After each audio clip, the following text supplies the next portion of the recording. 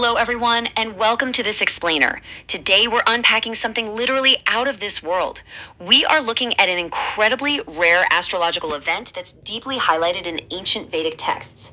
According to these sources, we're about to hit a highly specific, absolute cosmic jackpot on May 21st, 2026. So let's explore exactly what these ancient texts have to say about this super unique date. Okay, let's dive into this. You might be wondering, what makes May 21st, 2026 so unprecedented? Well, according to ancient Vedic astrology, this isn't just your regular Thursday. The texts describe this specific date as a massive cosmic window of opportunity. It's a day where the spiritual and material rewards of absolutely any action you take are multiplied by millions. Yes, millions. So let's take a look at what the source material claims you absolutely should and definitely shouldn't do to harness this wild energy. To make sense of all this, our roadmap today is going to be pretty straightforward. First up, we'll cover the rare cosmic alignment itself. Second, the specific rituals for unprecedented wealth. Third, the critical Thursday restrictions. And finally, the exact foods to embrace and avoid. All right, section 1, a rare cosmic alignment. Why exactly is this specific Thursday considered to be so incredibly powerful? Well, it all starts with something called the Gurupushyamrut Yoga. This happens when a Thursday aligns perfectly with the Pushya nakshatra. You see, in Vedic astrology, Thursday is ruled by Jupiter, who is known as the guru of the gods. Meanwhile, the Pushya nakshatra is deeply revered as the absolute king of all constellations. So when the king of constellations meets the guru of the gods, the cosmic energy reaches its absolute peak. The ancient texts describe this as the ultimate alignment for nourishment, growth, and divine blessing. But here is the brilliant part that makes 2026 so incredibly special. This Gurupushyamrut Yoga is happening during an Adhik Maas. Now, Adhik Maas is an extra intercalary lunar month in the Hindu calendar, specifically dedicated to Lord Vishnu. Any action performed during Adhik Maas is already magnified exponentially. So finding a Gurupushyamrut Yoga tucked inside an Adhik Maas, that's incredibly rare. It's literally like finding a diamond wrapped inside gold. To truly grasp the sheer magnitude of this, just look at this comparison from the scriptures.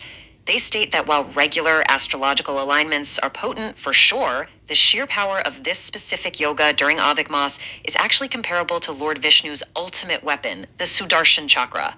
The ancient texts suggest it's an unstoppable supreme force, a force that can cut through any obstacle in your life, provided its power is fully respected. Moving right along to section 2, rituals for unprecedented wealth. The sources provide some very specific, actionable steps to unlock massive prosperity on this day. This right here is perhaps the most fascinating wealth recipe shared in the texts. First, you take a fresh banyan leaf and gently wash the smooth side. Make sure it's the smooth side, okay, not the rough back. Second, use some turmeric to draw a swastika right on it. Finally, after offering it some light and incense, you place this leaf inside your safe, your cash box, or really wherever you keep your wealth. You keep it there, safely establishing permanent wealth, right up until the very next Pushya nakshatra arrives. At that point, you respectfully immerse it in water and make a brand new one. And this brilliantly illustrates the variety of vibrant practices the texts detail. For instance, offering a betel leaf, or vidya shepan, is said to remove immediate obstacles. Feeding a yellow cow a mixture of dough, chana dal, and jaggery, that's highly auspicious for marital harmony and for removing delays in children's marriages. Also, sprinkling turmeric water purifies the whole home, inviting in goddess Lakshmi. Oh, and when you light your lamp, it must be pure ghee. The sources advise to absolutely avoid mustard or sesame oil on this day, as that can actually offend the deities. But listen, timing is literally everything here. The sources strongly emphasize completing these primary morning rituals within the Brihaspati Hora. That's a critical 1-hour window right after sunrise. This exact 1-hour window is when Jupiter's energy is at its absolute most concentrated and pristine. Now, let's get into section 3, critical Thursday restrictions. Because this energy is so magnified, the texts fiercely warn us about avoiding negative karma. Immense cosmic power requires immense discipline, right? The visual contrast outlined in the text is pretty stark. They highly recommend wearing yellow clothing to strengthen Jupiter's placement and honor Lord Vishnu. But on the flip side, they strictly advise against wearing black or blue. These darker colors are associated with opposing planetary energies, and quite honestly, can deeply offend the deities presiding over this auspicious yoga. The household rules are actually surprisingly specific, too. First off, no mopping your floors with soap, surf, or harsh detergents, though. Plain water is totally fine if you really need to. Absolutely no deep cleaning or dusting spider webs. Do not wash heavy loads of clothes or give them to a washerman. And do not clear out or sell household scrap, old newspapers, or kabod. Why all these rules? Well, because heavy cleaning, especially mopping, disrupts the northeast corner of your home, known as the Ishan Kolm, which is ruled by Jupiter. Weakening this corner directly and negatively impacts the education and progress of the children in the house. No way we want that. The personal grooming restrictions in the astrology are just as strict. On this specific Thursday, the sources state that women must not wash their hair. Additionally, there should be no haircuts, no shaving for men, and absolutely no cutting of nails for anyone. Breaking these grooming rules is a big deal. It's set to severely weaken Jupiter, which astrologically harms the longevity, prosperity, and overall well being of a woman's husband and children. When it comes to the marketplace, the rules of contrast continue. If you want to buy a beautiful new bed, a gorgeous new dress, or some gold jewelry, the astrology points to this as a highly auspicious day to do exactly that. However, you are strictly forbidden from buying sharp objects like scissors or knives, any heavy iron items, and, surprisingly enough, the sources say do not buy any new puja or prayer items on this day either. This next rule is all about protecting your existing prosperity. The texts firmly advise against engaging in major financial lending or borrowing. Don't give out loans, and actually don't pay off major debts either.